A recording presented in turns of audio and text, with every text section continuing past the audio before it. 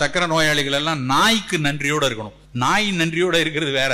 சர்க்கரை நோயாளிகள் நாய்க்கு நன்றியோட இருக்கணும். ஏன் தெரியுமா? இன்சுலினை முதல்ல நாயினுடைய பேங்க்ரியாஸ் அதுல தான் எடுத்துட்டு வந்தாங்க. நிறைய ரோட்ல திரிஞ்ச நாயெல்லாம் புடிச்சிட்டு வந்து அதனுடைய பேங்க்ரியாஸை ஆப்ரேட் பண்ணி எடுத்து, அந்த பேங்க்ரியாஸை எடுத்த உடனே அந்த நாய் பூரா மெலிஞ்சு போகுது. உடலுக்கு சாப்பாடுலாம் நல்லா தான் போடுறோம், ஆனா பேங்க்ரியாஸ் எடுத்த உடனே அந்த நாய் மெலியுது. உடனே இதுல இருக்கக்கூடிய ஒரு சத்து தாண்டா உடலை தெம்மையா வச்சுக்குது அப்படின்னு அன்னைக்கு அதுக்கு பேர் பேங்க்ரியாட்டின் அப்படின்னு கண்டுபிடிக்கிறான். அந்த பேங்க்ரியாஸ் எல்லாம் எக்ஸ்ட்ராக்ட் பண்ணி எடுத்த சத்துக்கு பேர் பேங்க்ரியாட்டின். அதுதான் இன்றைய இன்சுலின்.